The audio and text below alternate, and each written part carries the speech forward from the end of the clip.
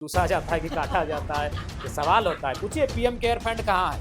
पूछिए आप हिंदुत्व की बात करते हैं तो बीप कंपनी से चंदा क्यों लेते हैं? फैन फॉलोइंग अगर मैंने देखी किसी की तो मैंने दिल्ली में नरेंद्र दामोदर दास मोदी की देखी और उसके बाद झारखंड में जयराम महतो। इस बार भी गए 6 दिन तक वहां रुके और फिर दोष मीडिया पर जतो दोष नंदो दोष, ये लोग कुछ भी खबर चला था, लेकिन हम सवाल पूछ रहे हैं कि भाई वो 6 दिन हफ्ते का खबर मेरे पास यही है कि भाई आप कोई ऐसे सामान्य व्यक्ति थोड़ी है कहीं छुप के चले जाएंगे। आप अगर घूमने भी जाएंगे तो आपको बता के जाना होगा कि हम हिमालय घूमने गए, हम बद्रीनाथ गए हैं, हम काशी गए हैं, हम कहीं भी गए। आप मुखिया है राज, आपका जीवन अब नहीं रहा, निजी जीवन जैसा नहीं होता है राजनेता। जयराम महतो ये कहते हैं कि भाई हेमंत सोरेन सत्ता में उनके कारण है। आपका एक बयान कल मैं देख रहा था। कई कारण है, लेकिन उनमें से एक कारण जरा अगर हम नहीं लड़े, जनरली वो जो वोट है वो एनडीए को। मतलब आप ये मान रहे हैं कि आपने एनडीए का वोट काटे नहीं, हम अच्छा खासा वोट लेके आए, अपनी अलग इमेज बनाए। काटे नहीं कहेंगे, अगर कुछ रहता तो हम लोग अच्छा वोट 12 लाख 11 लाख वोट बहुत बड़ा चीज होता है। प्रशांत किशोर जी पिछड़ गए, इतने बड़े मैंने किंग मेकर थे वो पिछड़ गए, और जयराम महतो इसमें तो जीत गया भाई। ऐसा कोई ऑफर जयराम के पास भी है कि भाई डिप्टी सीएम मिलेंगे, आप डिप्टी सीएम जयराम बनेंगे, सरकार को आप समर्थन दीजिए? लगभग काफी दिन पहले आया था और एक तरह से कहा कि अगर हम दोनों आ गए बाबू तो तुम्हारा क्या होगा। किधर क्या माने। पिछले बार भी जयराम जो है जैसे सीसीटीएल में देवेंद्र को पिटवा दिए, इस बार भी पिटवाएं। पिछले कुछ दिनों में मैंने कुछ सवाल उठाए जो आपके समर्थकों को नागवार को बिहारी बता दिया, लेकिन दिक्कत है। मैंने उनसे इंडिविजुअली बोला कि यार ऐसा क्यों करते हो, लेकिन नहीं, हमारे सुप्रीमो अगर ऐसा बोलता है, उसने हमें बोला है कि भाई एकदम सहो मत किसी का भी, तोड़ दो फोड़ दो बर्बाद कर दो, ये कर दो। तो आपको नहीं लगता है कि कहीं अब आप विधायक हो गए तो कहीं एक सौम्यता की जरूरत है? आपके जेल के के कार्यकर्ता छात्रवृत्ति के लिए और नियोजन नीति, स्थानीय नीति के लिए जो आप पदयात्रा कर रहे हो उसमें आजसू के खिलाफ नारे लगा रहे, तो ये लॉजिक अगर ऐसा कर रहे हैं तो मैं उनको आपके माध्यम से कहूंगा बिल्कुल ना। नमस्कार, जोहार द भारत मित्र देख रहे हैं आप। मेरा नाम अभिषेक भारती और एक ऐसे विधायक के साथ हूं मैं। आप इनको विधायक के तर्ज पर देखिए, लेकिन हम इनको छात्र नेता के तर्ज पर आज भी देखते हैं। क्यों? क्योंकि एक ऐसा लड़का जिसने झारखंड की राजनीति को बहुत साल बाद एक नई परिभाषा दी और लिटरली दी है, इसमें कोई शक नहीं है। जयराम महतो हमारे साथ हैं। मैंने इसी कहा कि विधायक के तर्ज पर आप देखेंगे, मैं छात्र नेता के तर्ज पर देखता हूं। जैसे शहीद निर्मल महतो को, शहीद निर्मल महतो भले वो जेएमएम के केंद्रीय अध्यक्ष बन जाए, कुछ भी बन जाए, लेकिन छात्रों के साथ उनका संबंध अलग था। तो ऐसे ही जयराम को भी हम देखते हैं। जयराम दा, कैसी तबीयत है? सबसे पहले ये बताइए दर्शकों को। तबीयत तो मैंने पहले की अपेक्षा ठीक है, लेकिन उतनी भी दुरुस्त नहीं है। लेकिन विधानसभा का सत्र था तो फिर सत्र ठीक ठाक से अटेम्प्ट करें, ये प्रयास है। एक अच्छी चीज ये है कि जयराम महतो एक ऐसे विधायक है जो कभी भी इंटरव्यू से पहले, मतलब मुझे लगता है आज 10वीं 12वीं बार मैं आपका इंटरव्यू कर रहा हूँ और कभी भी आपने ये नहीं पूछा है कि आप क्या पूछने वाले हैं। मतलब मैं बहुत विधायकों का, बहुत मंत्रियों का करता हूँ इंटरव्यू, सब पूछते हैं कि अरे क्या पूछने वाले हैं, लेकिन जयराम महतो ने आज तक कभी नहीं पूछा। तो जरा अब मैं मुद्दों पर आ रहा हूँ। बहुत तसल्ली बख्श आज इंटरव्यू है। छात्रों के मुद्दे को लेकर के आप हमेशा मुखर रहते हैं, तो इस बार विधानसभा सत्र में भी क्या छात्रों के मुद्दे को लेकर के जो पदयात्रा वगैरह चल रही है वो सदन के अंदर भी उसकी गूंज सुनाई देगी? हाँ बिल्कुल सुनाई देगी, लेकिन बड़ा दुर्भाग्य और दुख इस बात का है कि ये जो मानसून और शीतकालीन सत्र होता है ये मात्र 3 दिन 2 दिन का होता है। जैसे कि आपको संख्या में तो दिख रहा है कि ये 5 दिन का है, लेकिन एक दिन तो चला गया शोक प्रस्ताव में, यानी जो लोग डेथ किए उनको हमने श्रद्धांजलि दिया। कल आएगा, अनुपूरक बजट प्रस्तुत किया जाएगा, 2 दिन चला गया। एक दिन आएगा अनुपूरक बजट जो होगा उस पर वाद विवाद होगा, 3 दिन चला गया। बचा 2 दिन, तो उसमें भी एक दिन जो अंतिम दिन है वो गैर सरकारी संकल्प के लिए, उस दिन आपका गैर सरकारी संकल्प होगा, वो रात भर चलेगा। तो उस हिसाब से ये जो बहुत शॉर्ट होता है, इसलिए हम लोग को भी दुख लगता है, खासकर नए विधायकों को जो चाहते हैं कि भाई हम अपने क्षेत्र की समस्याओं को यहाँ रखें, इनका हल निकालें। लेकिन फिर भी छात्रवृत्ति का मामला शून्यकाल में लेके आएंगे और उसके बाद जो लगभग 3 लाख के आसपास पद रिक्त हैं उसे गैर सरकारी संकल्प में लेके आएंगे। अवैध खनिजों का जो लूट हो रहा है इस राज्य में उसे ध्यान आकर्षण में लेके आएंगे और कुछ अल्पसूचित व तारांकित प्रश्न होंगे जिनमें शिक्षा है, कुछ जमीन अधिग्रहण संबंधित मामले हैं, वो उस प्रकार के 8 प्रश्न हैं। अब चतुर तो हैं, अब क्यों है मैं बताता हूँ। आज मतलब 81 पर अकेला भारी लोग कहता है तो ऐसा ही नहीं कहता है। शोक प्रस्ताव था, सब लोगों ने शोक प्रस्ताव दिया, लेकिन एक चतुर विधायक उसमें मजदूरों का मुद्दा भी लेकर के आ गया। तो मतलब इसीलिए मैं कह रहा हूँ कि चतुर है, तो मतलब एक पढ़ा लिखा विधायक क्यों होना चाहिए, चतुर विधायक क्यों होना चाहिए, ये हमने देखा।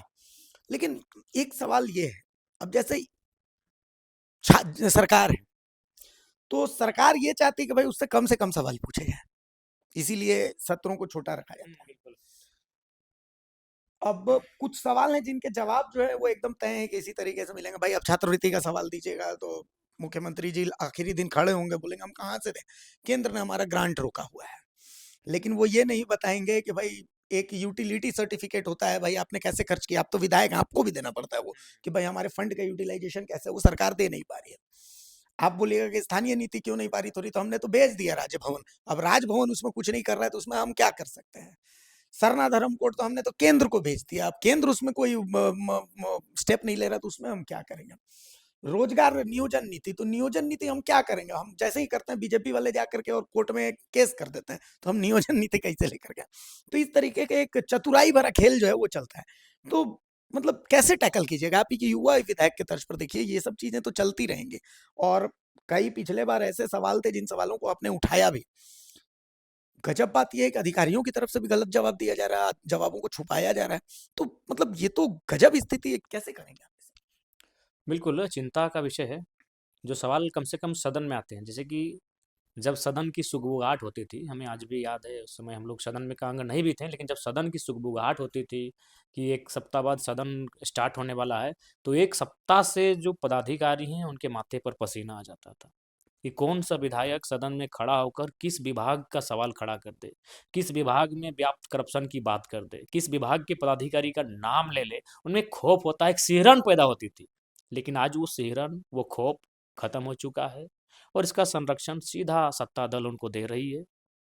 ये दुर्भाग्य की बात है। कम से कम जो सवाल सदन में आए, मैंने निवेदन ही दिया, किसी विषय का निवेदन दिया, तो कम से कम ये जवाब आना चाहिए था कि माननीय सदस्य, आपने जो सवाल सदन तक लाया है, ये इस वित्तीय वर्ष में तो नहीं हो पाएगा, या फिर ये तकनीकी गड़बड़ी है, ये कार्य होगा ही नहीं। ये जो कार्य आपने कहा, ये संभव नहीं है कर पाना। एक उत्तर होना चाहिए, सटीक उत्तर। हाँ, आपने ये दिया है, अगले वित्तीय वर्ष में इसका पूर्ण आश्वासन देते हैं, ये कार्य आपका हो जाएगा। लेकिन कम से कम जो सवाल सदन में आते हैं, अगर उन सवालों का उत्तर नहीं होगा, अगर उन सवालों पे काम नहीं होगा, हम ये नहीं कह रहे कि मैंने जो सवाल किया कि भाई, चूँकि हम लोग जनता का सवाल लाते हैं, हो सके तकनीकी रूप से, कानूनी दांव-पेच से जनता का सवाल भी कभी गलत हो जाए, तो ठीक है, गलत है तो आप उसको, लेकिन उस पर जाँच होना चाहिए। उस पर एक बार सरकार का ध्यान जाना चाहिए और फिर उसको छाँटना चाहिए। तो अगर यहाँ जो सवाल आएँगे और सरकार उनका अगर समाधान नहीं करेगी, उस पे चर्चा नहीं होगा, उसका जवाब नहीं आएगा, तो फिर करोड़ों का खर्च करके इस राज्य की सर्वोच्च पंचायत के संचालन का कोई औचित्य ही नहीं बनता है। इस बार का विधानसभा सत्र से पहले अब मैं पहले पर जाता हूँ। पिछली बार जब जयराम विधानसभा पहुंचे थे, तो वो झारखंड का बेटा बनकर के पहुंचे थे, 1932 वाली टी शर्ट वगैरह सब कुछ लेकर के पहुंचे थे। इस बार जब जयराम पहुंचे हैं तो ठीक है, शारीरिक रूप से तो वो अस्वस्थ हैं, थोड़ा सा चेहरे से भी वो दिख रहा है। लेकिन इस बार आपकी जो राजनीति, उस राजनीति को एक, मैंने पिछली बार भी याद कीजिए घाटशिला में ये बात कही थी कि जो आपकी राजनीति को देख रहा है वो समझ रहा है कि जयराम महतो को एक चक्रव्यूह में फंसा लिया गया है। मतलब आपको मजबूर किया गया कि रेल टेका को आप पार्टी स्तर पर जो है वो जाकर के आप समर्थन करें, पार्टी स्तर पर जाकर के। और एक पार्टी, आजसू की बात कर लेता हूं, उस पार्टी ने भी समर्थन किया, लेकिन उस पार्टी के एक नेत्री है वो विरोध कर रही था कि समर्थन विरोध साथ साथ चलता रहे। तो जयराम महतो वहां से, उस रेल टेका के बाद से जो झारखंड का बेटा था, वो अब एक चक्रव्यूह में कि नहीं नहीं, अब सिर्फ वो कुर्मी का बेटा रह गया है। आशा भरी उम्मीद पहले गुमला से भी आ रही थी, लोहरदगा से भी आ रही थी, संथाल समाज वाले सूर्य हंसदा केस के बाद भी आपको उम्मीद की नजर से देख रहे थे।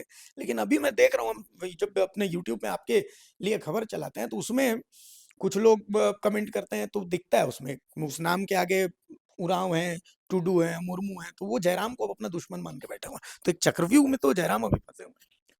देखिए अभिषेक दा, आज नहीं तो कल, ये माँग आज की नहीं है। कुर्मी समुदाय द्वारा शेड्यूल्ड ट्राइब की सूची में सूचीबद्ध होने की जो माँग है, लिस्टेड होने की माँग है, ये मेरे जन्म से कई दशक पुरानी है। बहुत पुरानी है। और मान के चलिए कोई भी माँग, यही अगर कल को कोई अन्य समुदाय माँग लेकर आए, तो ज़ाहिर-सी बात है, अगर मेरे विधानसभा क्षेत्र के हों या फिर चूँकि हम राज्य स्तर के नेता हैं, तो उनकी माँग का एक बार मूल्यांकन करने के बाद हमें लगे कि हाँ, इनकी माँग उचित है, तो हमको तो समर्थन करना होगा। कल को अगर अ, मुस्लिम समुदाय ही कोई माँग लेकर आ जाए, वो कोई प्रदर्शन करे, तो स्वाभाविक है, अगर वो माँग जायज़ होगी तो मैं सड़कों पर आकर 1 घंटा उनके साथ धरने पर बैठूँगा और उस माँग का मैं समर्थन करूँगा। तो ठीक उसी प्रकार ये कुर्मी समुदाय की जो माँग थी, वो समाज की माँग थी। लेकिन चूंकि हम जनप्रतिनिधि हैं और समाज से मिलकर ही राजनीति बनती है, तो उनकी मांग का मैंने समर्थन किया। और ऐसा नहीं है कि माने बाकी लोगों की मांगों का हम समर्थन नहीं करते हैं, लेकिन हाँ, मुझे ये लगता है और बिल्कुल सच्चाई भी यही है कि इस समस्या का समाधान और निराकरण राज्य और केंद्र दोनों को मिलकर करना चाहिए, क्योंकि कुर्मी और मैंने लिस्टेड एसटी और कुर्मी जो लिस्टेड हो चुके हैं, सूचीबद्ध हो चुके हैं, दोनों का इस राज्य के इतिहास में, राज्य के भूगोल में, राज्य के आंदोलन में एक बहुत बड़ा योगदान है। उस योगदान को कोई नकार नहीं सकता है। लेकिन आज विगत 25 साल झारखंड अलग राज्य के उसके बाद भी अगर कुर्मी अपनी मांगों को लेकर संघर्ष कर रहा है, तो सरकार को एक रास्ता हल निकालना चाहिए। क्योंकि भारत एक लोकतांत्रिक देश है, जिस देश में आर्टिकल 48A के अनुसार वन्य जीवों को संरक्षण की आवश्यकता है, तो फिर हम तो मानव हैं। हमारे लिए जो हमारी मांग है उस पर पहल होनी चाहिए और उस पर कोई ना कोई रास्ता निकलना चाहिए। देखिए, और मैं तो स्पष्ट कहता हूँ, बाकी जो शेष शेड्यूल ट्राइब से आने वाले हमारे बंधु हैं, वो केवल इसलिए विरोध कर रहे हैं कि उनको इस बात को लगता है कि जो 26% का उनका रिजर्वेशन है उसमें कुर्मी की एंट्री होगी। तो ऐसा नहीं है, मान के चलिए अगर कुर्मी की एंट्री होगी तो रिजर्वेशन का दायरा भी बढ़ेगा। दूसरा बात है, जो सीटें जहाँ वो चुनाव लड़ते हैं, तो हमें लगता है कि गुमला, सिमडेगा, खूंटी में हमारा पॉपुलेशन नहीं है, हम तो वहाँ चुनाव कैसे लड़ेंगे। कुछ कुछ सीटें हैं जहाँ हमारी भी आबादी है, उनकी भी आबादी है। संथाल परगना, जो बहुत सारी रिजर्व रिजर्व सीटें हैं, वहाँ हमें हम चुनाव लड़ेंगे लड़ेंगे ही नहीं। हमारी आबादी केवल गोड्डा में ठीक ठाक है, तो वो तो अनरिजर्व है गोड्डा की तीनों सीटें। तो जहाँ जहाँ रिजर्व सीटें हैं और जहाँ शेड्यूल ट्राइब के लिए 2-4 सीटें ही ऐसी हैं जहाँ हमारी आबादी है, हम लड़ सकते हैं इन सीटों को। शेष 20 सीटें हैं जहाँ हमारी आबादी तक नहीं है वहाँ। पर एक नैरेटिव तो गजब हो गया ना, मतलब अब देखिए घूम घूम के कार्यक्रम हो रहे हैं, और यही नहीं, यहाँ से बंगाल तक कार्यक्रम हो रहे हैं कि भाई, और कार्यक्रम में जयराम महतो गूंज रहे हैं, ऐसा बात नहीं है कि नहीं गूंज रहे हैं। आप देखिए कि आप पारसनाथ स्टेशन में आप भी रेल टेगा में शामिल होने गए, ठीक है, मैं भी, अगर मेरी मेरी कौम की डिमांड होगी तो मैं भी उतरूंगा। आप भी अपने कौम के साथ थे, उस समय आप एक राजनेता नहीं थे, कौम के एक बेटे के तर्ज पर थे। सिल्ली स्टेशन, मुरी स्टेशन पे भी आप आजसू पार्टी के जो सुप्रीमो वो भी वहां पर गए, लेकिन नुकसान राजनीतिक तर्ज पर आपका ज्यादा हुआ। मतलब ये आप समझ नहीं रहे कि ये एक नैरेटिव सेट हुआ। नहीं, ये तो सच्चाई है। उस आंदोलन को समर्थन नगेंद्र महतो जी ने भी किया था, रोशनलाल चौधरी जी ने किया था, चंद्रप्रकाश चौधरी जी ने किया था, मांडू विधायक जी ने किया था, सुप्रीमो महोदय ने किया था, ऐसे बहुत सारे नेताओं ने किया था, पूर्व विधायक लंबोदर महतो जी ने भी किया बिल्कुल। था। लेकिन गुस्सा, आक्रोश केवल केवल जयराम महतो जयराम पे मुझे को। फूटा। तो इसमें एक राजनीतिक बदबू भी आ रही है कि कुछ लोग चाहते हैं कि जयराम जिस आइडियोलॉजी के साथ पॉलिटिक्स में आ रहा है, इस आइडियोलॉजी को रोकना होगा। आज ये अकेला है और इस प्रकार से इसका स्टेट में समर्थन मिल रहा है। जिस दिन इस आइडियोलॉजी से 10-12 विधायक आ गए, अलग अलग दल से ही आए, जयराम की सोच की तरह, जयराम की तरह त्याग लेकर आए, तो क्या होगा उनका जो व्यवस्था बनाकर राजनीति में है, मेरे बाद मेरा बेटा, मैं उसके बाद मेरा पोता, रांची में मकान, पुरी में दुकान, क्या होगा उनका। तो हम जिस आइडियोलॉजी को लेकर आ रहे हैं, इससे सबको खतरा है। हम मानते हैं ये आसान भी नहीं है, सपनों जैसा है, लेकिन एक प्रयास हमने किया है और अभी तक 1 साल हो गया। कभी कभी अभी स्थिति हमारी ऐसी है, आपको बता रहे हैं, कि हमने अपने 2-4 दोस्तों को इलाज के क्रम में पैसा मांगा। ये नहीं एक विधायक होके हम अपने दोस्तों से मदद मांगे, जबकि एक विधायक चाहेगा तो एक फोन में कहीं से पैसा इकट्ठा बिल्कुल। कर सकता है, लेकिन उसकी कीमत उसकी जनता को चुकानी होगी, और जनता चुकाती है। विधायकों के शौक की कीमत, विधायकों के ऐश मौज की कीमत जनता चुकाती है। लेकिन हमने अपने मित्रों को मांगा जो जेपीएससी के अधिकारी अभी हैं, बहुत सारे मित्र जी। हमारे हैं, जब हम हैदराबाद इलाज के लिए गए। तो ये परिस्थिति हमारी है। तो हम एक जिस राजनीति को लेकर आए हैं, अगर ये सफल हो जाएगी तो एक बहुत बड़ी क्रांति आएगी, और नहीं चाहते वो। आप कहीं भी अभी चले जाइए, आप जाके देखिए, वो अपने बाद अपने बेटे को तैयार कर रहा है। हर विधायक अपने बाद अपने बेटे को तैयार कर रहा है, कोई भी रहे। लेकिन जयराम महतो ने क्या कहा कि हमारी पार्टी से हमारा ब्लड रिलेशन चुनाव ही नहीं लड़ेगा। तो ये आसान नहीं है। अगर 10 लड़के भी अगर इस सोच से आ गए एक दिन राजनीति में, तो बहुत बड़ा परिवर्तन होगा, और कोई भी राजनेता इस बनी बनाई व्यवस्था के खिलाफ जो नेता जा रहे हैं, युवा जा रहे हैं, उनको बर्दाश्त नहीं कर पा रहे। इसलिए बहुत गहरी साजिश है। सही बात है, अगर विरोध सुदेश जी का भी होता, लंबोदर जी का भी होता, चंद्रप्रकाश जी का भी होता, और बाकी नेताओं का भी सबका होता। होता, तो जयराम महतो को कोई आपत्ति नहीं थी। लेकिन टारगेटेड हम ही हुए, तो इसके पीछे बहुत सारे कई कारण हैं। इन सब चीज़ों को देखते हैं तो आपको नहीं लगता कि अभी मतलब आपको और राजनीति सीखने की ज़रूरत है कहीं न कहीं? नहीं, राजनीति तो सीखने की है, और राजनीति में जो कूटनीति नहीं करेगा तो फिर चलेगा कैसे आगे? लेकिन हम लोग कूटनीति नहीं जानते हैं।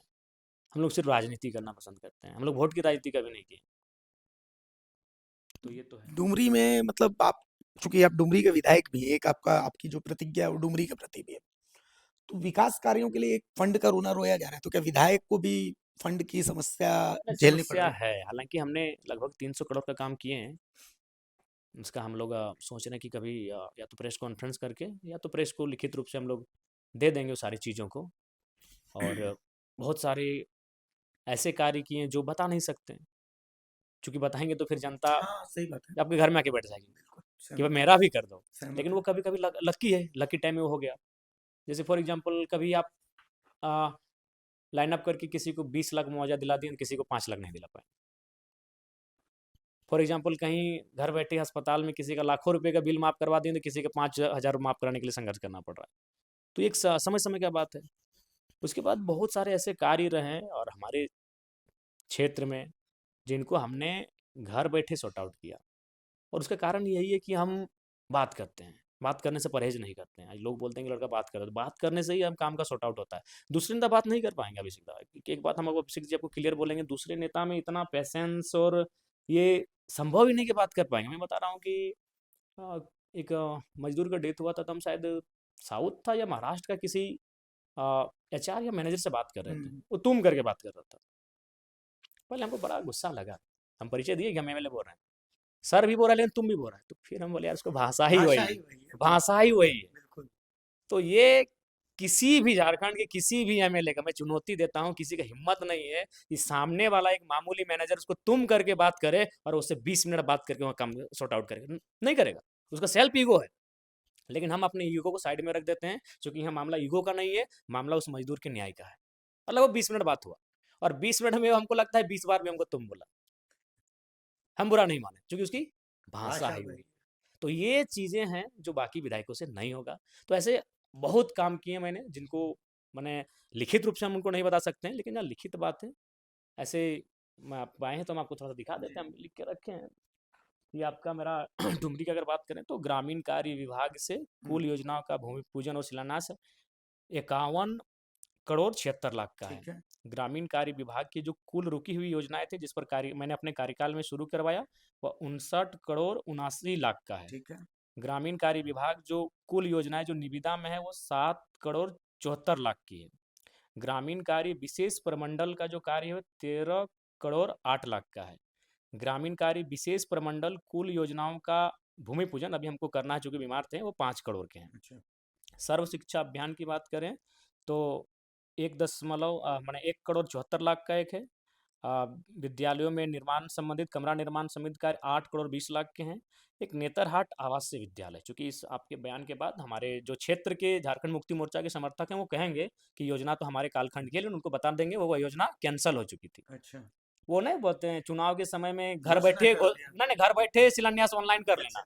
वो तो हुआ था, वो शिलान्यास हुआ था, लेकिन वो योजना जब हम विभाग में आके बैठे हैं तो योजनाएं जा चुकी थी। इसलिए जा चुकी थी कि चाईबासा और चक्रधरपुर में भी वो योजना है, और वो आदिवासी बहुल क्षेत्र है, और हमारा जो क्षेत्र है वो ओबीसी बहुल ओबीसी। क्षेत्र है। तो प्राथमिकता आदिवासी को हुँ, मिलेगी, तो इसलिए लगभग लगभग ये जो नेतरहाट की तर्ज पे जो विद्यालय बनना था आवासीय, वो योजना कैंसिल हो चुका था। मंत्री जी नहीं रहते हैं, अच्छा। बेबी देवी भी चुनाव हार चुकी थी, तो उनका इंटरेस्ट खत्म हो चुका था। लेकिन ये योजना फिर मैंने शून्यकाल में सवाल किया। मैंने शून्यकाल में इस सवाल को उठाया और वो योजना को फिर से जिंदा किया। अब उसका काम होगा, और उसका काम होगा आपका 118 करोड़ का। अच्छा। इसमें क्या है इसमें बेसिकली?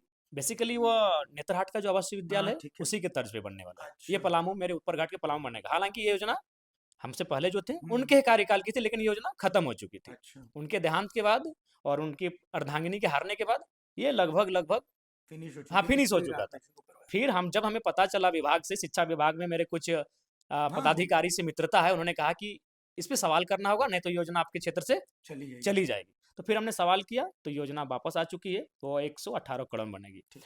पथ निर्माण विभाग की बात करें तो लगभग 87 करोड़ 49 लाख का है। और अगर विधायक मद की बात करें, मैं यही बताना चाहूँगा, जो प्रत्याशी हार गई हमसे, उनका 50 लाख शेष था। अच्छा। तो वो अब मेरा क्रेडिट होगा। ठीक है। आप नहीं खर्च कर पाए तो उसपे आप दावा नहीं करेंगे, वो हाँ। पैसा सरकार का होता है, लेकिन वो पैसा भी हम लगा दिए, खर्च कर दिए, और मेरा जो 5 करोड़ आया, उसको भी खर्च कर दिए। उसके बाद अगर बाकी बात करेंगे तो देख ही रहे हैं, एक विधायक है, अब कंडीशन मेरा ये है कि मेरा घर अब रहने लायक नहीं बन रहा है, हाँ। और इस बार जो घर का है कि मतलब 1 साल तक पानी सूखेगा नहीं। इस बार इतना ज़ोरदार बारिश हुआ है कि हमको लगता है पिछला आने वाला 6 महीना उस घर में कोई रह नहीं पाएगा। ये परिस्थिति है, जो मेरा मिट्टी का घर है। यानी हमने सारा पैसा, जो मेरा निजी सैलरी, ये तो कोई मुझे कुछ नहीं करता। ये मेरी अपनी सैलरी थी, वो भी तो मैंने छात्रवृत्ति। छात्रों को छात्रवृत्ति के रूप में, छात्रों को उनके सहयोग के रूप में एडमिशन, रजिस्ट्रेशन, कॉपी, कलम, कागज़, और माननीय राज्यपाल महोदय के सामने तो खैर 5 लाख मैंने डोनेट कर दिया। और ये हर महीने की जो मैंने कहा है वो सारा काम मैं, ये व्यक्तिगत बता रहा हूँ। उसके बाद मैंने जो मांग किया, सबसे पहले मांग में जब सदन में आया तो मैंने जेपीएससी चेयरमैन की नियुक्ति की हाँ, बात ठीक कही। है। मैंने सवाल उठाया, 1 सप्ताह के अंदर वो हो गया। नियुक्ति हुई। धरने पर कुछ छात्र बैठे थे, बिल्कुल अनशन पर बैठे थे, मैं उनको लेकर महामहिम राज्यपाल महोदय के पास गया। वहीं से टेलीफोनिक बात हुई और कहा कि 7 दिन के अंदर रिजल्ट होगा, 7 दिन के अंदर रिजल्ट हुआ। मैं मानता हूँ कि पूरी क्रेडिट मैं नहीं लूंगा, 1% लूंगा, क्योंकि मेरे सामने मैं उनका अनशन तोड़वाया, मैं उन्हें महामहिम के पास लेकर गया और वहां जाके बातचीत हुई। विस्थापन आयोग के गठन की बात हुई, ठीक है, मानते हैं इस पर कई वर्षों से नेताओं ने बात रखा, लेकिन अंतिम कील तो हमने मारा। ठीक है, वो फाइल बन के भी रेडी हुआ होगा, लेकिन एक कॉलम मेरे बहस के बाद ही हुआ होगा। उसके बाद ऐसे मतलब उसमें का एक हिस्सा क्रेडिट का तो आपका जाता है। बिल्कुल मेरे बहस के बाद हुआ, चर्चा में आया, उससे पहले चर्चा भी में नहीं आया था। तो ऐसे मैंने बहुत सारे कार्य हैं जिनको मैंने फिर अपने स्तर से करवाया।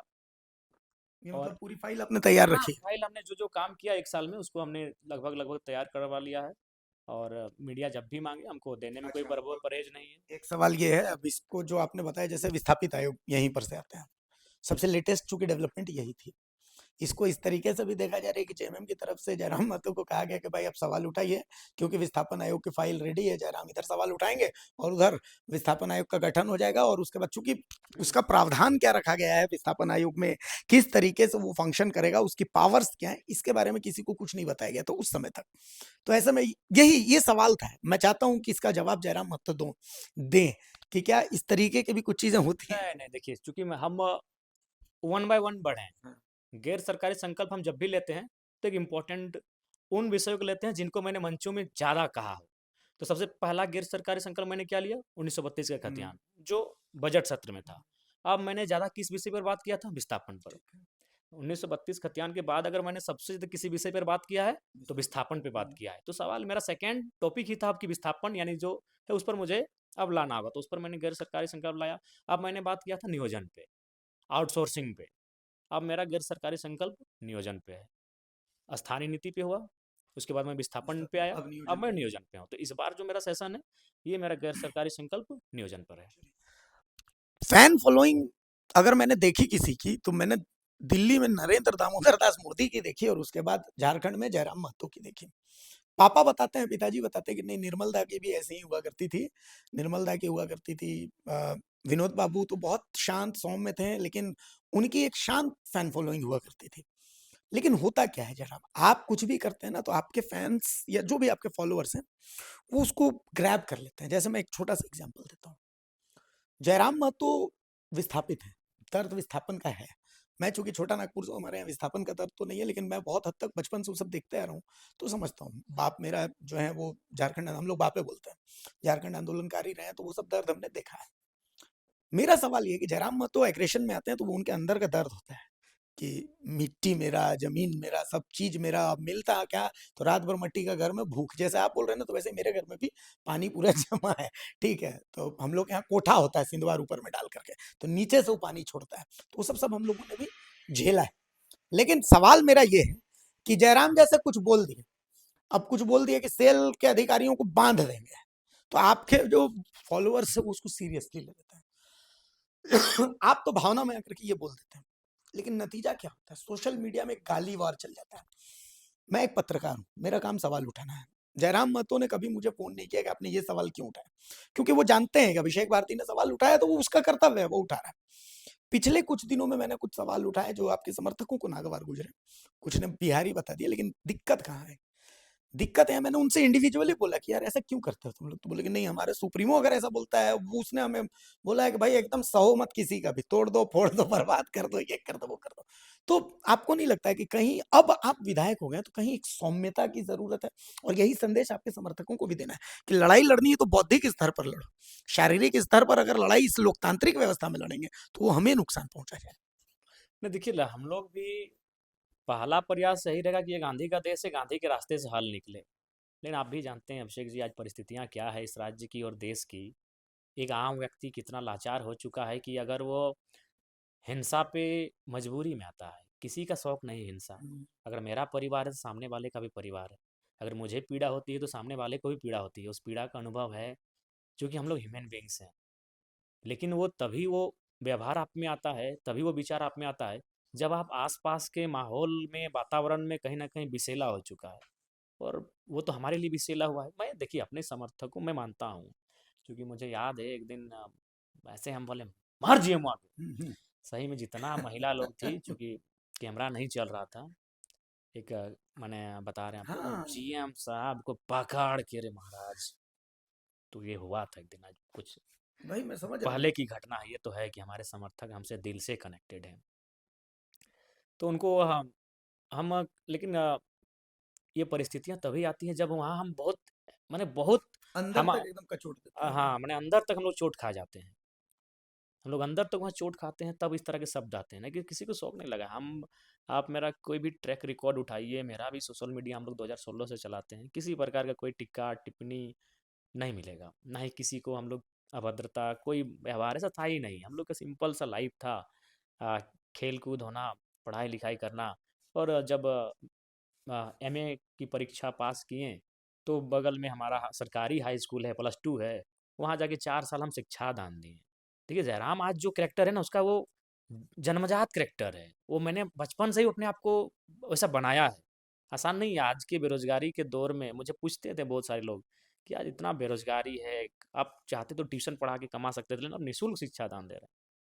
मैंने 4 साल 4 घंटा मेरे गांव के +2 हाई स्कूल में फ्री में पढ़ाया है बच्चों को, 2017 से भाषा आंदोलन तक। अगर भाषा आंदोलन नहीं होता तो हम उसी स्कूल पढ़ाई में रहे पढ़ा ही रहे होते हैं, जब तक मेरा पीएचडी कंप्लीट नहीं होता। अभी भी कंप्लीट नहीं हुआ है। हम्म। 17 में हमने मास्टर ऑफ आर्ट्स की परीक्षा को पास किया पीके रॉय मेमोरियल कॉलेज से। और उसके 1 महीना बाद से ही, और एक पढ़ाने के लिए हम नहीं गए थे, एक्चुअली हम गए थे उस रास्ते से होकर हम नहाने जाते हैं, तो देखिए बच्चा लोग बदमाशी कर रहा था। तो उनको हम पकड़ के प्रिंसिपल के पास ले गए। तो प्रिंसिपल वही अपना दुखड़ा सुनाए कि जयराम जी आप तो जान ही रहे हैं कि टीचर का बहुत अभाव है। तब वो बोलेंगे यार सुने आप भी पढ़े लिखे हैं तो 2 घंटे पढ़ा दीजिए ना। अब हम फंस गए हैं। और हम मेरा हमेशा से उदारवादी रहे हैं। बोला प्रिंसिपल साहब बोल दिए, तो हम बोले ठीक है। तो बोला लेकिन एक काम करना होगा, आपको लिख के देना होगा कि भविष्य में कोई दावा नहीं करेंगे। आप जो मेहनत आप पढ़ाएंगे तो ऐसा कोई एक भी मना कुछ दावा नहीं करेंगे। तो फिर हमको पूरा याद है, हम अपने मैट्रिक का, इंटर का, बीए का, एमए का सर्टिफिकेट जेरॉक्स करके दिए, एडमिट कार्ड, मार्कशीट, प्रोविजनल। हाँ, और फिर उसमें हम एक लिखें प्रिंसिपल के नाम से कि हम फ्यूचर में निःशुल्क शिक्षा दान के बदले कोई प्रकार का, किसी प्रकार का दावा नहीं दावा नहीं। करेंगे। और 17 से लेकर एकदम भाषा आंदोलन तक 2022 तक, यानी 4 साल हम वहाँ कंटिन्यू पढ़ाएं। और बहुत अच्छा पढ़ाएं, क्योंकि हम एक्सप्लेनेशन करने की क्षमता मेरा बचपन से, वो तो हम लोग देखते कोई हैं। भी टॉपिक पे एक्सप्लेनेशन करना हो, मैंने क्लास को बांधे रखना मेरा क्षमता शुरू से रहा है। अभी 100-150 बच्चे पढ़ते हैं सरकारी स्कूल में, और उस क्लास को हम बांध के रखते थे। कौन क्लास को पढ़ाते थे? हम वहाँ चूंकि वो +2 है नहीं, वहाँ +2 हुआ था हाल ही फिलहाल, यानी वो 9 से 12 तक था, सबको हम्म। लेते थे 9, 10, 11, 12। इंग्लिश चैप्टर इंग्लिश लेते थे, और अदर बाकी अदर जैसे वो सब्जेक्ट भी, तो हाँ, सब्जेक्ट पढ़ाते थे। ऑलराउंडर थे हम लोग, ले लेते थे। तो ये मेरा रूटीन रहा। और आज जो आप 75% जो सैलरी, कोई इंसान अचानक ये नहीं कर पाता है। मेरा ये गुण अब मैं आपको लेके चलता हूँ 2013, 14, 15 के आसपास। मैंने इंटर का एग्जाम दे दिया था, इंटर ऑफ साइंस, पहला साइंस से हम इंटर किए थे। लेकिन आर्थिक स्थिति ठीक नहीं थी, तो हमारे एक मित्र थे, वो भी साइंस लेके, आज वो जैप में है, पुलिस हैं। तो उनके बनस्थली हाई स्कूल है एक तिलैया में। तो उन्होंने कहा मेरा एक मामा का स्कूल है, एक काम करो तुम वहाँ पढ़ाओ भी, और वहीं से राजगंज जाके कॉलेज भी करो तो हो जाएगा। तो वहाँ हम पढ़ाते थे। तो हमको याद है वहाँ हमको हॉस्टल में, चूंकि हॉस्टल में रहना पड़ता था, हॉस्टल में हमको 400 मिलता था, एक हॉस्टल टीचर के तौर पे 400, और स्कूल टीचर के तौर पे 3000, यानी मेरा पेमेंट था 3400, 3400। सबसे कम। क्योंकि मेरा डिग्री इंटर का ही था। बाकी लोग का 6000, 7000, 8000 तक था, यानी सबसे गरीब टीचर कह सकते हैं मैं था। लेकिन वहाँ 74 बच्चे पढ़ते थे मेरे टाइम हॉस्टल में, और 1001 स्कूल में। तो जो बच्चे 74 पढ़ते थे हॉस्टल में, तो हॉस्टल की स्थिति आप भी जानते हैं, गार्जियन महीना 2 महीना 4 महीना हम देखने आते हैं, वहाँ एक इच्छा अलग होती है। तो कभी बच्चे आके बोलते थे कि सर आज हम लोग को मुढ़ी मिक्सचर खाने का मन है, कभी सर हम लोग को सिंगाड़ा जिलेबी खाने का मन है। विश्वास कीजिए, आज जो मेरा चरित्र आप देख रहे हैं, इस चरित्र का निर्माण कई साल पहले ही मेरा हो चुका है। मैं हर महीने अपनी सैलरी में से, जो 3400 की मेरी सैलरी आती थी, उसमें से 700-800 रुपया पूरे 74 बच्चों को, कि भाई कुछ ऐसा लाना कि पूरा 74 का हो जाए। एक दिन बोला मुढ़ी मिक्सचर खाएंगे, तो पूरा जो तसला होता है उसमें भर दिए पूरा, और पूरा एक एक थाली करके पूरा 74 बच्चों को बांट दिए। एक दिन उन लोग बोला कि हम लोग को जलेबी सिंगड़ा का शौक है, तो फिर राजगंज भेजे और एक एक गो सिंगड़ा एक एक गो जलेबी सब के लिए 74 बच्चों के लिए ले आए। तो मेरा जो चरित्र है आज जो मुझे देख पा रहे हैं, ये मेरा मैंने पैदाइशी है, बचपन से। और इसका भी कारण ये है कि मेरा जो परवरिश हुआ वो माँ के साये में हुआ। और जनरली जब माँ के साये में जो परवरिश होता है ना, वो बच्चा बहुत सॉफ्ट होता है, वो जेन्युइन उस दर्द को समझता है। मैंने देखा अपनी माँ को हल छोड़कर हर काम करते देखा, गैता सावल से लेकर खेत को कोड़ते हुए देखा, अपने हाथों से कुआं के लिए बाल्टी के लिए रस्सी को बनाते देखा, पुरुषों की तरह मैंने उन्हें घोरना गाड़ते हुए देखा, माड़ा घुमाते हुए देखा, उसके बाद माड़ा घुमा के इसको निकालते हुए देखा। मैंने जो काम पुरुष करता है, सिर्फ हल, चूंकि हल हम लोग का संस्कृति में है कि भाई महिला नहीं चलाएगी, बाकी हर वो काम जो पुरुष करता था मेरी माँ ने हमने करते हुए देखा। तो मेरा एक नेचर, सामाजिक नेचर, दया धर्म का नेचर उस समय से जागृत था। ये मैं आपको 12-13 की सुना रहा हूँ, जब मैं अपना 3400 सैलरी को 700-800 प्रत्येक महीना डोनेट करता था। प्रत्येक महीना नहीं कर सकते हैं, जब उनका मन हुआ। एक और मजेदार किस्सा था, कुछ बच्चे, आज तो खैर आदिवासी समाज मेरी पूरा ओपोनेंट है, अब मैं आपको ये मजेदार किस्सा सुनाता हूँ, उनसे जाके पूछ सकते हैं, ये आदिवासी समाज से जुड़ा हुआ किस्सा है। और हमें उम्मीद है कि वे लोग इस आज के मेरे कैरेक्टर को उसको उसको इनकार नहीं करेंगे। उनको फुटबॉल का मैच खेलना था। बच्चे, आदिवासी बच्चे खासकर फुटबॉल के बहुत शौकीन होते हैं, आए हमारे पास कि सर आप तो सबका मदद करते हैं। तो बोले बोलो बंसी, बंसी नाम था, हमारा स्टूडेंट था, बड़ा हट्टा कट्टा था। बोला क्या किया जाए? बोला सर एंट्री है 599 का। तो बोले यार अभी तो एगो नया जैकेट ले लिए हैं राजगंज पवन वस्त्रालय से, दुकान का भी नाम बोल दे रहे हैं। तो बोला सर कैसे होगा? बोले जाओ यार जैकेट तुम लेकर घुमा दो, रिटर्न लेना पैसा। सही में लोग जैकेट, खरीदा हुआ जैकेट वापस कर दिए, पैसा लिए, पलमा के मैदान में एंट्री किए, 2 राउंड जीते, तीसरा राउंड में हार गए। तो जयराम महतो को वो चरित्र है। आज हम नेता हैं, आज मेरे राजनीतिक, स्वाभाविक आज मेरी आलोचना होगी, लेकिन मेरा जो पास्ट रहा है उसका लोग मुकाबला नहीं कर पाएंगे, क्योंकि मैं एक साधारण परिवार से आकर मैंने शुरू से मेरा त्याग कर रहा है। पता नहीं ये कैरेक्टर क्यों मेरे अंदर आया, इतना क्यों मेरी सोच इस तरह हुई। मेरा सोच हमेशा बाकी लोग, मेरे जो साथी हैं, उनसे अलग ही रहा है। और शमशान से बैठना, शमशान में जाके बैठना, 2 घंटा बैठना, ये सारी चीज़ें मेरी शुरू से रही हैं। तो कहीं ना कहीं मैंने अपने आप को बहुत अलग रूट में, अलग लाइन में लाके ढाल के रखा है। 180 किलोमीटर की आपकी पार्टी की यात्रा चल रही है।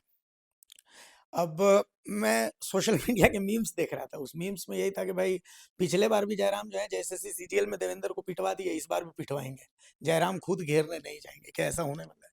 नहीं देखिए, स्वाभाविक जब वो यहाँ आएंगे तो यहाँ जाएंगे तो उनको उनसे मिलेंगे। और ऐसा नहीं है, देखिए देवेंद्र जी को कोई पिटवाता नहीं है, और ना ही कभी हम लोग चाहेंगे कि देवेंद्र जी पीटे या मोतीलाल जी पीटे या कोई पीटे। और ऐसा नहीं है, आंदोलन में जब हम लोग भी थे तो हम लोग के साथ पुलिस की धरपकड़ हुई है। सबसे शुरुआत तो पहले हमसे ही हुई थी। और आपको बता दे रहे हैं, देवेंद्र जी को पूछेगा, उस दिन जब सबसे पहला बार जब अरेस्ट जब हम अकेले हुए थे, तब उन लोग को हम मोती जी को बुलाए, देवेंद्र जी बोलेंगे देखिए भागने से नहीं होगा, सामना करना होगा। उसके बाद से अगला दिन उन लोग अरेस्ट हुआ था। जब पहला दिन डिटेन हुआ था, जो 3 दिन का, सिर्फ अकेले अंगद जी हमारे साथ थे, जो हमको मेरे शरीर से लिपट गए थे। सिर्फ हम अकेले जो डिटेन हुए थे, और बाकी लोग सब स्वाभाविक है। तो उस दिन उन लोग को बुलाएं और हम सबको यही बोलें कि भागिए मत, परिस्थिति जैसा भी उसका सामना करिए। आप अगर सामना करिएगा तो हीरोइज्म और बढ़ेगा, आपका कद और बढ़ेगा, तो फिर वो सामना करने लगे। और किसी का शौक नहीं कि हमारे पार्टी के नेता हों या किसी अन्य पार्टी के नेता हों, अगर वो जनता के लिए लड़ रहे हैं तो पीटे, ये किसी का शौक नहीं है। अगर अन्य राजनीतिक दलों के भी लोग हैं, अगर वो जनता के लिए लड़ रहे हैं, चाहे वो किसी दल का हो, तो हम लोग कभी नहीं चाहेंगे वो पीटे। तो ये कभी हमारी मंशा नहीं रही है। लेकिन चूंकि आप ही जानते हैं, जेल कैम्प के प्रति कुछ लोगों का इतना द्वेष मन में भर गया है, उस द्वेष को वहां निकालते हैं। चाहे देवेंद्र जी के साथ घटना रहे, चाहे तरुण जी के साथ जो घटना घटी। ठीक है, तरुण जी सही थे अब वो अलग या है, वो गलत हैं, बहस का विषय वो है। जांच के विषय। अगर तरुण जी ने किसी अधिकारी को मार भी दिया, तो ये थोड़ी है कि कानूनी दृष्टिकोण से उनको सजा देना होगा। अगर सपोज दैट, अगर तो आप उनको हाजत में ले गए, उनको कस्टडी में लेने के बाद जो उनके साथ अमानवीय दुर्व्यवहार किया गया है, ये कतई उचित नहीं है। हम लोग ह्यूमन राइट्स को, इसको हम विधायक के लेटर में लिखने जा रहे हैं। बिल्कुल, अगर वो दोषी है, जांच का विषय है, और अगर वो दोषी में आएंगे तो जो नहीं, ये कहा जा रहा है कि जयराम एक बार भी मिलने नहीं गए, एक बार नहीं भी वो कुछ बोले नहीं। नहीं बोले आप, उसमें हम बीमार थे, घनघोर हाँ, बीमार बहुत थे, ज़्यादा तबीयत बहुत ज़्यादा हम तबीयत खराब। तो कोई पूछे कहाँ पूछेगा तो हम कभी स्किप थोड़ी किए सवाल को। बिल्कुल तरुण जी के हम साथ हैं, उनकी अर्धांगिनी से मेरी बात हुई, हॉस्पिटल में रहते ही हमारे तरुण जी से बात हुई, और वो जो कार्यक्रम था सारा हमने लाइन अप किया, अच्छा। मोती जी को, पूजा जी को, देवेंद्र जी को, बाकी सब लोग तो पहुँचे नहीं थे नहीं, वहाँ सबको पे। हमने फ़ोन किया अच्छा। कि हम उपस्थित नहीं है, हमारा तबीयत ठीक नहीं, आप लोग सब चले जाइए। ऐसा दुखद घड़ी में परिवार के साथ खड़ा होना चाहिए, और वो हमारे अभिन्न हिस्सा है पार्टी के, चले जाइए सब। अगर हम फिट रहते हैं तो जाते हैं तो और ऊर्जा आती है, अलग बात है, लेकिन उस समय दुर्भाग्य था कि हम फिट नहीं थे। तो हमने सबको स्पेशली टेलीफोन करके उनको भेजा था। तो ऐसा नहीं है, कोई नहीं चाहेगा कि हमारे दल के लोग पिटें। लोगों को कुछ मन में इतना विद्वेष भर गया है, इसलिए वो इस प्रकार करते हैं। उनको सोचना चाहिए कि भाई जो भी है, आप कानूनी दांव-पेच उनको डिटेन करें, उनको अरेस्ट करें, जो भी अगर दोषी हैं तो नियम दोष संगत। क्या, नियम संगत करें। एक सवाल ये है कि कल का एक वीडियो आया हमारे पास जिसमें आपके जेल कैंप के कार्यकर्ता छात्रवृत्ति के लिए और नियोजन नीति, स्थानीय नीति के लिए जो आप पदयात्रा कर रहे हो, उसमें आजसू के खिलाफ नारे लगा रहे हैं। तो ये नहीं, लॉजिक अगर समझ। ऐसा कर रहे हैं तो मैं उनको आपके माध्यम से कहूँगा बिल्कुल ना करें। अगर कोई देखिए 100 लोग, 1000 हाँ, लोग, कभी 500, कभी 200, जो भी है यात्रा में, तो सब लोग एक जैसा नहीं होते हैं। मैंने स्पष्ट संदेश दिया है कि जो 5 बिंदुओं के साथ आप लोग गए हैं, उन्हीं 5 बिंदुओं का नारा लगाएंगे। किसी नेता तक का नारा मत लगाइए, सही बात पार्टी का भी नारा मत लगाइए। हम जैसे हम गए कार्यक्रम में, तो उन लोग बोला कैंची छाप जिंदाबाद, हम बोले नहीं नहीं नहीं, बिल्कुल भी नहीं। आप जिन मुद्दों के साथ आए हैं, वही 5 मुद्दों के साथ नारा लगाए। तो अगर किसी ने, खासकर जो लोग विपक्ष में बैठे हैं और जिनका वजूद ही नहीं है है। हाँ, राजनीति में, उनके लिए अगर नारा लगाए हैं नकारात्मक, तो मैं अपने समर्थकों से कहूंगा बिल्कुल भी उनका नारा ना लगाएं। आप सरकार पे लगाएं, मुख्यमंत्री का नारा लगाएं, और भी संवैधानिक रूप से और तार्किक रूप से लगाएं। आप केंद्र का भी लगाएं, चूंकि इसमें केंद्र का भी अंश है, बिल्कुल, बिल्कुल। केंद्र सरकार भारतीय जनता पार्टी का नारा लगाएं। लेकिन जिनका एक दो सीट बचा है, उनका कोई औचित्य ही नहीं बनता है, छोड़िए उनको। जयराम महतो ये कहते हैं कि भाई हेमंत सोरेन सत्ता में उनके कारण है। आपका एक बयान कल मैं देख रहा था। तो नहीं, मतलब सच्चाई है, कई कारण है, लेकिन उनमें से एक कारण जरमा तो है, ये सच्चाई है। कैसे? अगर नहीं लड़ते, तो जनरली वो जो वोट है, वो एनडीए को ही शिफ्ट होता। मतलब आप ये मान रहे हैं कि आपने एनडीए का वोट काट दिया? नहीं, अब काटे नहीं, हम अच्छा खासा वोट लेके आए, अपनी अलग इमेज बनाए। काटे नहीं कहेंगे, अगर कुछ कुछ रहता तो। अगर हम लोग अच्छा वोट, 12 लाख 11 लाख वोट बहुत बड़ा चीज होता है। प्रशांत किशोर जी पिछड़ गए, इतने बड़े माने किंग मेकर थे, वो पिछड़ गए, और जरा तो इसमें तो जीत गया भाई। सही बात है। ने प्रशांत किशोर जी गलती की, खुद चुनाव ना लड़के। अगर सेनापति मैदान में ना हो तो सेना हार जाती है। हम भी गिरिडीह लोकसभा लड़ना नहीं चाहते थे, लेकिन मेरा मैसेज यही था कि अगर आप नहीं लड़िएगा तो इतना वोट नहीं आएगा, किसी को नहीं आएगा। आप लड़ेंगे तो उसका प्रभाव पूरे झारखंड में पड़ेगा, और हम लोग उस समय 8.5 लाख वोट लेके आए। सेना जोरदार वो तो आगाज बहुत जोरदार। सेनापति का रणभूमि में होना बहुत आवश्यक है। सेनापति अगर रणभूमि में नहीं रहेगा तो नहीं होगा। अच्छा, झारखंड में अभी सियासत का बहुत उठापटक चल रहा है। मतलब हेमंत सोरेन, कल्पना सोरेन दिल्ली जाते हैं और दिल्ली जाकर के 6 दिन बिता करके भी आ जाते हैं। पिछले बार भी वो दिल्ली गए थे और दिल्ली गए थे उसके बाद फिर कार से भाग करके आए थे रांची। इस बार भी गए, 6 दिन तक वहां रुके और फिर दोष मीडिया पर, जतो दोष नंदो घोष, ये लोग कुछ भी खबर चला था। लेकिन हम सवाल पूछ रहे हैं कि भाई वो 6 दिन अब थे कहाँ? खबर मेरे पास यही है कि भाई। बिल्कुल, आप कोई ऐसे सामान्य व्यक्ति थोड़ी है कहीं छुप के चले जाएंगे।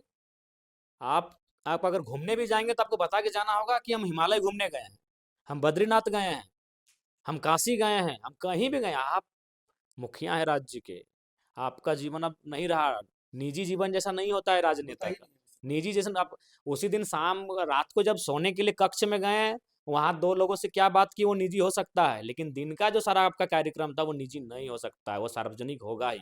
आप अगर कहीं दर्शन करने गए या पूजा करने गए या घूमने गए, वो सबको जानकारी होना चाहिए। ऐसा कोई ऑफर जयराम के पास भी है कि भाई डिप्टी सीएम मिलेंगे, आप डिप्टी सीएम जयराम बनेंगे, सरकार को आप समर्थन नहीं, दीजिए आज और इस लगभग तरीके काफी दिन पहले आया था, और एक तरह से था कि अगर हम दोनों आ गए बाबू तो तुम्हारा क्या होगा। से। किधर क्या, मैंने उनका कहना था कि हम दोनों आ गए तो झारखंड का राजनीति में तो जान ही रहे हो, तो तुम्हारा क्या होगा। हम बोले जैसा है वैसा रहेंगे। अब बोले ऐसा। हाँ, एक आया था लीडर का कि हम दोनों एक हो गए तो तुम क्या करोगे। तो बोले जब आप एक हो जाएगा तब सोचेंगे। तब का तब देखा हाँ। जाए। अभी ऐसा कुछ ऑफर नहीं, वगैरह नहीं? अभी ऐसा कुछ ऑफर नहीं है। और जरूरत पड़ी तो ऐसा कुछ झारखंडियत के मुद्दे पर आपको साथ देना पड़ा तो आप साथ देंगे हेमंत हाँ, सोरेन? झारखंडियत के मुद्दे पे जरूर देंगे। अगर ऐसा कोई मुद्दा लगा कि हमारे उनका साथ देने से उनको बल मिलेगा और वो झारखंड के लोगों के कल्याण के लिए, तो सोचेंगे। मतलब सोचा जा सकता हाँ, है। सोचा जा सकता है। चलिए तो देखिए, ये जयराम महतो हैं हमारे साथ और बहुत मुद्दे पर बहुत तसल्ली बख्श इंटरव्यू हुए। एक और सवाल, चूंकि ये सवाल मेरे एक मित्र हैं, डीएमओ हैं किसी जिले के, उनका ये सवाल है तो मैं इसीलिए ऑन कैमरा पूछ रहा हूँ, कोई दिक्कत नहीं। है ना? उनका कहना है कि जयराम महतो डुमरी टोल गेट पर बैठ करके अपने समर्थकों को उन्होंने एक संदेश दे दिया, लेकिन जयराम महतो जब डुमरी टोल गेट पे बैठे थे तो उन्होंने बताया था कि मैंने डीएमओ को फोन किया, मैंने डीएसपी को फोन किया, मैंने एसपी को फोन किया, किसी ने तवज्जो नहीं दी, तब मैं इस टोल गेट पर बैठा हूँ। लेकिन आपके कई समर्थक ऐसा है, मतलब एक परंपरा सी बना ली गई है, कभी कोई सिर्फ आप ही का नहीं, राजनेताओं की। तो उनका कहना था कि ये पूछिएगा उनसे, जयराम से जरूर पूछिएगा कि ऐसे में मान लिया कभी कोई हादसा हो जाएगा तो उसकी जिम्मेदारी कैसे? एटलीस्ट अगर वो रोकते हैं, कहीं भी अवैध खनन हो रहा है, कुछ भी हो रहा है, तो वो लोग रोकें, लेकिन पहले एक बार डीएमओ को, डीएसपी को, एसपी को उसको जानकारी दीजिए, एक प्रोटोकॉल है उसको निभा लीजिए। अगर फिर भी नहीं हो रहा, एकदम जंगले राज रहेगा, तब आप उतरिए तो समझ में आता है। तो वो इससे क्या है कि जनता में भी गलत मैसेज जाता है और कभी कोई हादसा हो गया तो उसमें भी दिक्कत हो जाती है, हम लोगों के साथ दिक्कत है। तो ये जयराम से जरूर पूछिएगा, उन्होंने कहा था, क्या कहिएगा? नहीं, निस्संदेह हम बिल्कुल अगर ऐसा कोई एक्टिविटी करेंगे, जिस विभाग से संबंधित होगा, मैं उस उनके पदाधिकारी को ज़रूर सूचित करूँगा कि भाई आप इस चीज़ को देखिए और नहीं तो फिर 2 दिन बाद हम बस। खुद धरातल पर आ रहे हैं, संभव है तो आप भी हमारे साथ आइए। चलिए। तो देखिए, जयराम महतो थे, हर मुद्दे पर बहुत बेबाकी से बातचीत हुई और पहली बार मेरा और जयराम का एक ऐसा इंटरव्यू है जिसमें ना वो एग्रेसिव है ना मैं एग्रेसिव हूँ। हम दोनों बहुत क्या है तसल्ली कि अभी से, स्वास्थ्य ऐसा है नहीं कि हम एग्रेसिव हो पाएँ। इसीलिए मैंने भी इसीलिए अंदर से बिल्कुल ऊर्जा बिल्कुल भी अभी वो समझ गया। ऊर्जा नहीं वो है। आपके चेहरे से भी दिख रहा है। हाँ, तो चेहरा बता वो हमने इसीलिए, चूँकि फिर मिलेंगे इनसे, फिर हम लड़ेंगे, एकदम कुश्ती होगी, पटका-पटकी होगी, 2 झारखंड के बेटे भिड़ेंगे, है ना? आपके समर्थकों ने मुझे बिहारी भी बना दिया नहीं और हम मुझे मज़ा आ रहा है।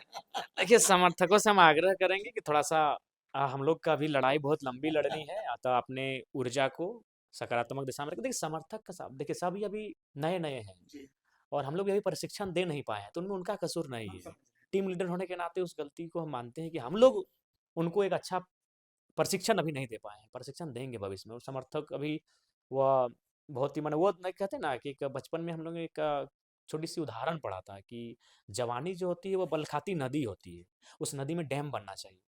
तो हम लोग अभी डैम बनाए नहीं, उसको डैम बनाएँगे, फिर उस पानी को बंजर भूमि में लेके जाएँगे, वहाँ हरियाली होगी। तो ये उम्र है नदी का समान है, ये रुकेगा नहीं, ये बहेगा।